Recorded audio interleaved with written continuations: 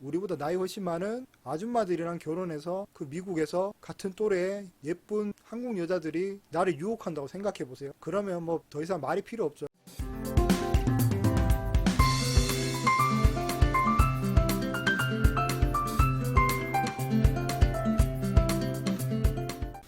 구독, 좋아요, 안내주문 많이 아파. 안녕하세요.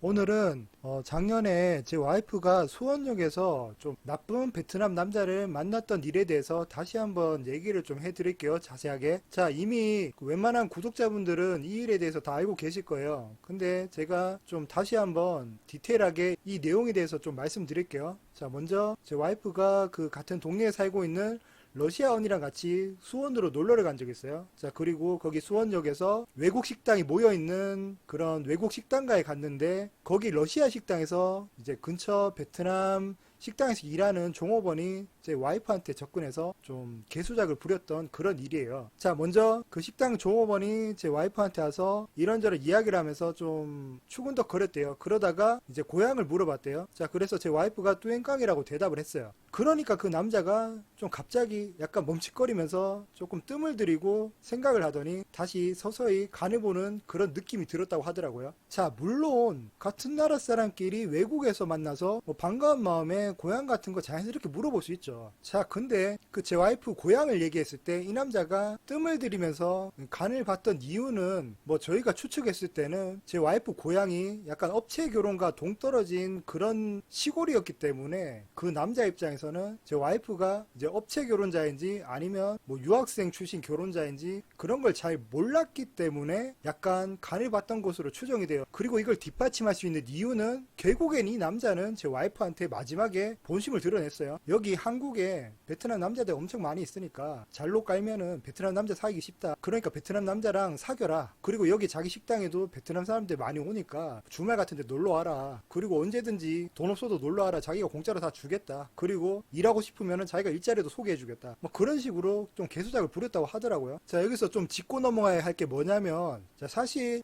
베트남 일반 남성들은 뭐 예를 들어서 베트남 남자 유학생이라든지 아니면 정상적으로 취업 비자를 발급받아서 불법 체류하지 않고 본국으로 돌아가는 그런 일반적인 남성들, 그 남성들은 어느 정도 수준도 높고 마인드가 정상적이기 때문에 베트남 유학생들을 만나요. 그리고 그 베트남 여성 유학생들도 이렇게 일반적인 베트남 남성들이랑은 서로 연애하고 결혼해서 나중에 체류기간 끝나면 본국으로 돌아가기도 해요. 자, 근데 문제는 제 와이프가 만났던 이런 좀 악질적인 베트남 남자들, 뭐 베트남 남자들이라고 다 좋은 사람만 있는 거 아니고 다 나쁜 사람들만 있는 건 아니지만 어쨌든 나쁜 사람들도 분명히 존재를 해요. 자, 그리고 이 나쁜 남자들 입장에서는 사실 업체를 통해서 온 결혼 이민자들은 본인들이 쉽게 유혹할 수 있다 이렇게 생각을 하고 있어요. 이게 사실 솔직하게 말씀드리면 베트남 현지에서도 이 결혼 업체에 대한 인식이 엄청 안 좋아요. 뉴스에서도 나오고는 있는데 오히려 이런 제도 때문에 베트남의 품격을 떨어뜨린다 뭐 그런 식으로 논란이 되고 있는 뉴스도 꽤 있어요. 물론 이런 사실들이 한국에 살고 계신 분들은 잘 모르겠지만 현지에서는 이런 뉴스들도 종종 접할 수 있어요. 물론 업체를 통한 이민자 분들 중에서도 남편한테 애정을 가지고 한국에서 행복하게 살고 계신 분들도 계시겠지만 그렇지 않은 분들도 분명히 계실 거예요. 자, 그리고 약간 이런 상황을 예를 들어서 설명하자면 그 나쁜 베트남 남성들은 약간 한국에서 나이트클럽에서 우리 한국 남자들이 가진 심리랑 좀 비슷한 거예요. 자, 한국에서도 예를 들어서 나이트클럽에서 순수하게 음악이 좋아서 아니면 춤을 추고 싶어서 나이트클럽으로 가는 여성들도 분명히 있을 건데 어쨌든 나이트클럽 가는 남자들은 이 여자들 전부 다 부킹하러 왔겠지 그렇게 생각하고 뭐 어떻게든 하룻밤 즐기려고 부킹하려고 엄청 노력을 하잖아요. 그거랑 비슷해요. 어쨌든 얘네들 입장에서는 이 베트남 이민자들이 아마 사랑이 없이 결혼했을 거다. 그렇기 때문에 우리들이 유혹하면 넘어온다.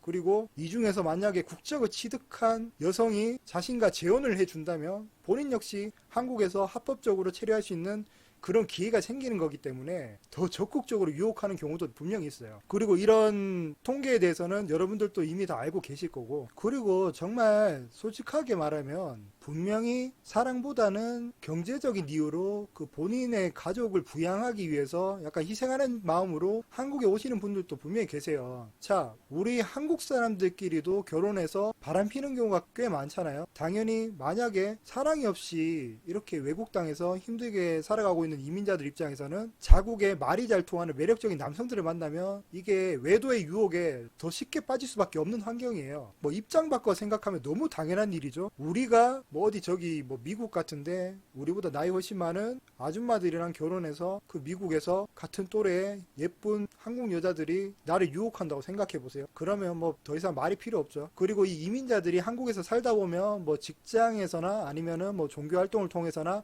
아니면 동호회 활동을 통해서라든지 뭐 이런 식으로 같은 베트남 남성을 접할 수 있는 기회는 꽤 많이 있어요. 그리고 베트남 남성을 만난다고 하더라도 본인이 스스로 양심과 의리를 가지고 선을 긋고 이런 유혹에 안 넘어가는 사람들도 많이 있겠지만 뭐 반대로 그게 아닌 사람들도 분명히 존재를 해요. 그리고 결국에는 이런 유혹에 빠져서 뭐 외도를 저지른 이민자들 때문에 뭐 한국 남성들이 피해자가 되기도 하고 그리고 그 사람들이 여기저기 이 피해를 널리 퍼뜨리게 되고 결국에는 그런 소식들을 접한 한국 사람들한테는 이 베트남 사람들에 대한 안 좋은 이미지가 엄청나게 많이 쌓이게 되죠. 뭐 그렇기 때문에 열심히 살고 있는 다른 베트남 이민자들까지 피해자가 되는 경우가 많아요. 뭐 이런 편견 때문에 동남아 국제결혼을 하는 모든 가정들은 결국 피해자가 되는 거나 마찬가지죠. 어쨌든 제가 이런 이야기를 하는 이유도 너무 현실에 대해서 모르시는 분들이 많기 때문에 저희가 직접 겪었던 일을 그냥 여러분한테 다시 한번 말씀드리는 거예요. 자, 그럼 오늘 여기까지.